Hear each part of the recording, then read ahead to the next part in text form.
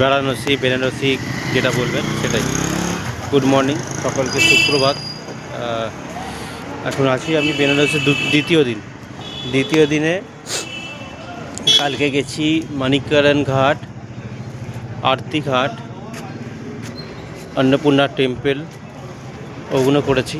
করে আজকে যাচ্ছে হচ্ছে হনুমান মন্দির। আর এইটা হচ্ছে আমার হোটেল, মানে যে হোস্টেলটাতে আছি, এই হচ্ছে হোস্টেলটা। এইটা আমি এই হোস্টেলের ভিডিও পরে দেবো আপনাদের। হোস্টেলের পুরো রুম কি ভাড়া না ভাড়া সেটা টোটালটাই আপনাদের দেবো।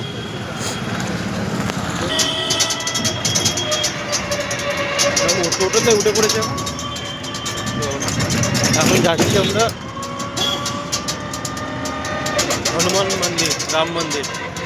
ওখানে একটা আঞ্জলি মূর্তি, হনুমান মন্দির আছে, হনুমান মন্দির আছে। আর একটা আছে